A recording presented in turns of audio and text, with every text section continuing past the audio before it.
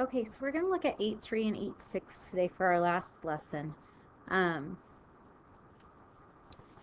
this again goes back to those characteristics. So I would suggest making flashcards or something for this test because knowing the characteristics and the definitions will be important as far as getting the problem set up correctly. So we're going to look at how do you prove a quadrilateral that is not in the coordinate plane is a parallelogram. So we talked about in the coordinate plane before, and that's just looking to see if opposite sides have the same slope or if they're the same length and all of that. So just looking outside of that, how can you say, okay, this is a parallelogram, I can solve these problems doing this way. So characteristics.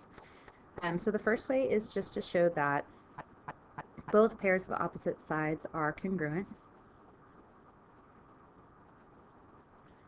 Wow.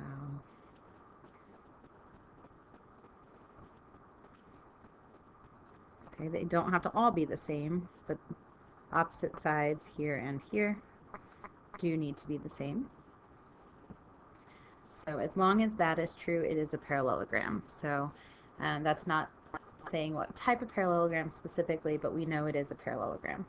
No other shape has that attribute. Then we can show that both pairs of opposite sides are parallel. So if it has the parallel markings, so remember that's the little arrows. So those two are parallel, and then these are parallel. So either one of those would prove it's a parallelogram. Without those markings or being told that it's a parallelogram, you can't make the assumption that it is. Both pairs of opposite angles are congruent, so you have this angle and this angle are congruent, while this angle and this angle are congruent.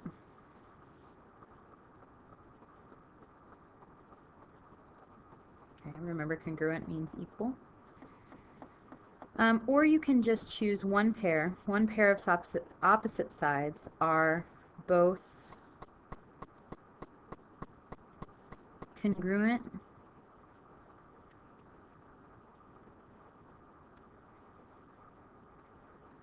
and parallel. All right, so you'll have a congruent mark and a parallel mark at the same time. Okay, so it's either that way or this way. Doesn't matter. You only need one opposite pair marked for that one. Okay, so those sides and angles.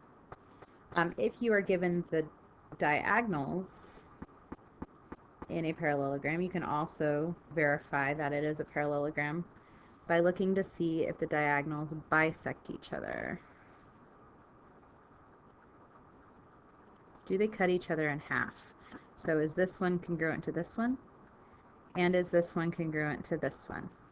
If they're all four congruent, right, we should hopefully know that that is a rectangle. But just as long as they cut each other in half, then it's a parallelogram. All right, so look at the quadrilaterals here and decide whether those are parallelograms or not. So go ahead and pause the video. Look at your, sorry, C should be on the next page. Look at your reasons. Do we have enough information here to show that it is a parallelogram?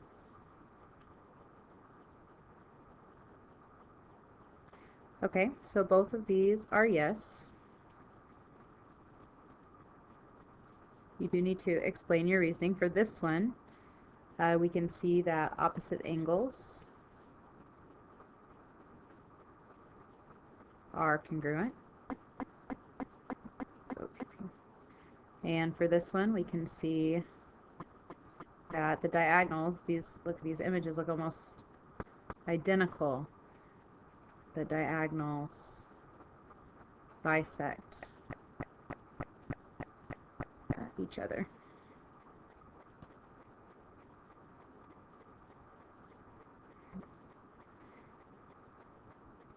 Looking at our third one, oh goodness. Sorry, I thought I'd checked all the formatting on this, but here's C.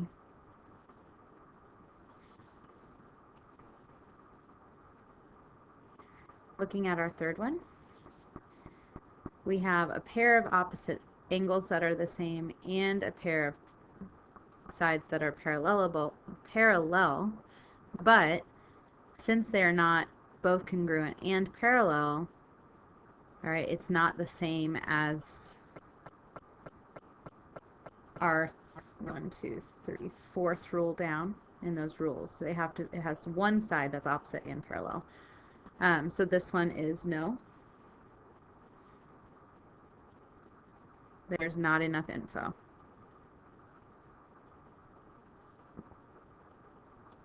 Skip the word enough info. Okay. We would have needed this or this. Otherwise, it could be a trapezoid for all we know. All right, graph the vertices of the quadrilateral. Decide whether the polygon is a parallelogram or not. So this is, I was talking about graphing before. Anytime you're given coordinates, you can graph them if you'd like. Sometimes it makes identifying those slopes a little bit easier.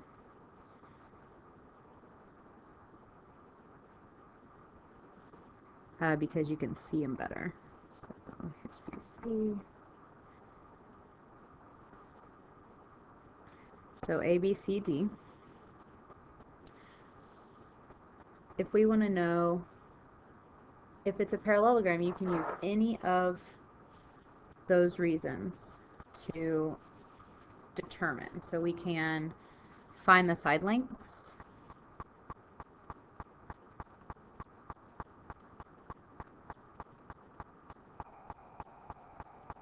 With distance formula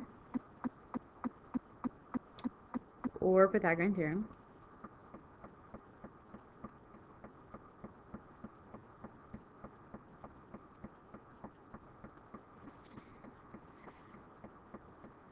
Remembering that if we're using that method, then opposite sides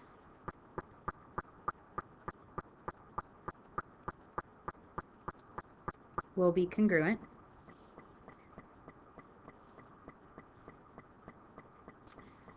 You can find the slopes.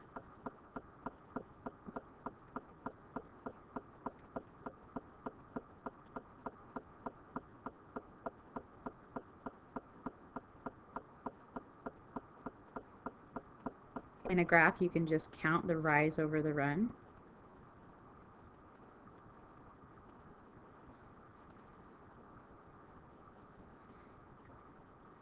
Opposite sides should be the same.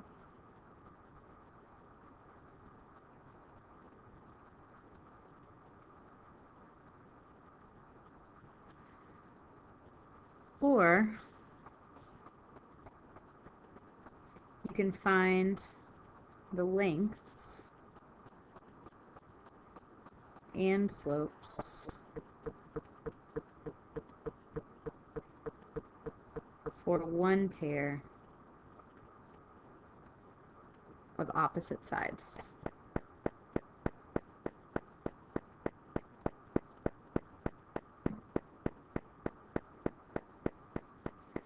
Okay. They will need to be congruent and parallel. So they need to match those. All right. So I'm just going to do slopes because when I have a graph, it's just quick for me to find the rise and the run. So the slope of AB is up to over 5.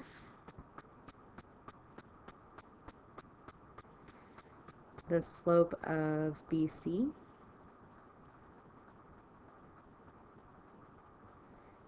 we're going down 1 over 1, down 1, over 1, down 1, over 1. Or you can say down 3 over 3 and then reduce.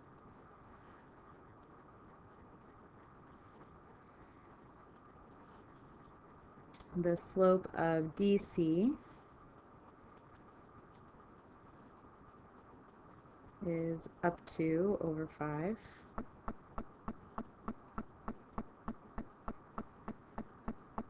And then the slope of AD is down 3 over 3.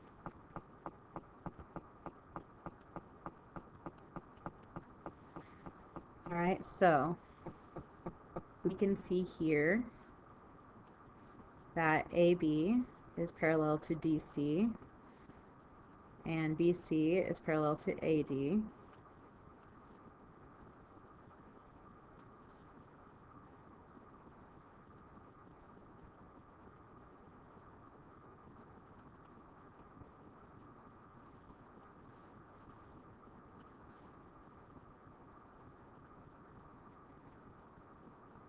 Which is how you'd write it.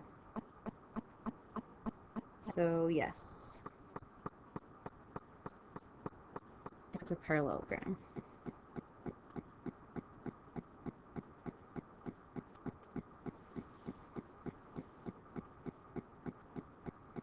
Okay, you can't just state this, you do have to prove it somehow. So I don't care which way you prove it, but you have to prove it somehow. All right. Okay. Now, going down from parallelogram to what type specifically of parallelogram is it? We have to use those properties that are unique to each shape. So proving that something is a rectangle. If one angle of the parallelogram is a right angle,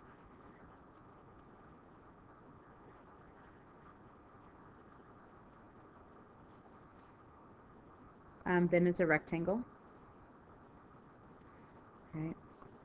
Because that means this would then be 90, this would be 90, and this would be 90. So you just need one. If one of the diagonals, or if the diagonals of the parallelogram are congruent, then it's a rectangle. So if this length is the same as this length, meaning this and this and this and this are all four the same, then it's a rectangle. Okay, so those are two properties that are unique to rectangles. Rhombuses have three properties that are unique to them. If one pair of adjacent sides of the parallelogram are congruent,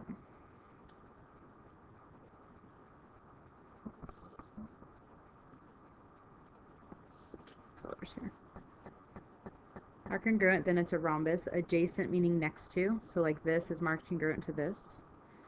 All right, and that's because we know automatically then this one's congruent and this one's congruent, so now all four sides are. Okay, so it's still a parallelogram, opposite sides are still congruent, so we still have that property to keep in mind. If the diagonals of the parallelogram bisect the angles,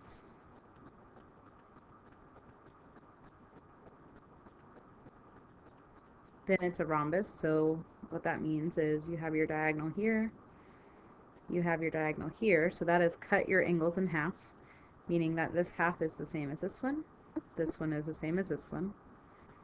Okay. This one over here is the same as this one, and this one is the same as this one. And that has to do, we know these are already the same, and we know these are already the same, so we can use those same tick marks. Okay, so they cut each other in half. And then the third one for a rhombus is that we know that the diagonals are perpendicular.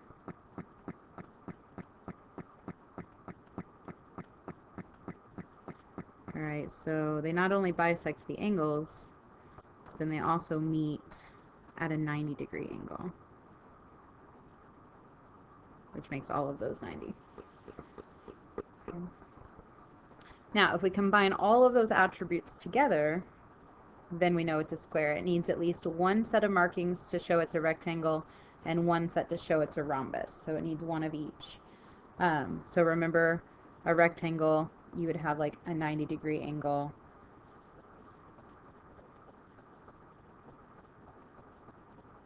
A rhombus, these two are shown congruent.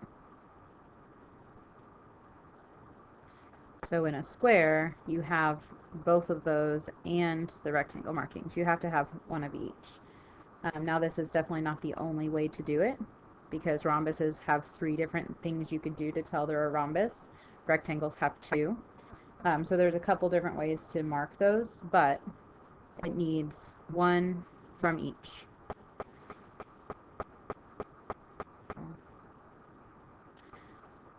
Alright, so decide whether the parallelogram is a rectangle, rhombus, square, or none of them. It could just be a parallelogram. Explain your reasoning. So this one has adjacent sides that are congruent. Look back through your properties list and you'll see that this is a rhombus. Adjacent sides are congruent.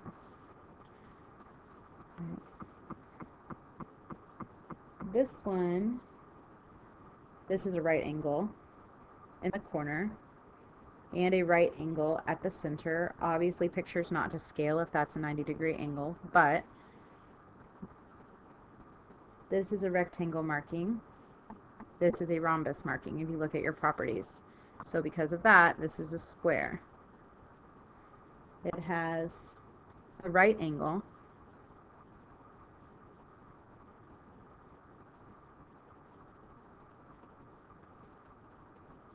which is for a rectangle, and the diagonals are perpendicular, which is a marking of a rhombus, and so it is a square. All right. This last one, we have opposite sides that are congruent. That is a parallelogram.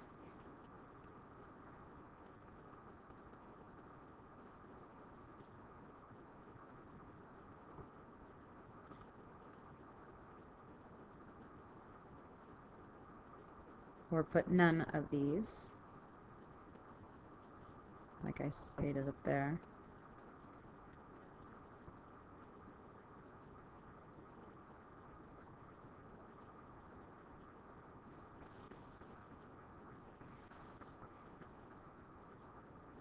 Opposite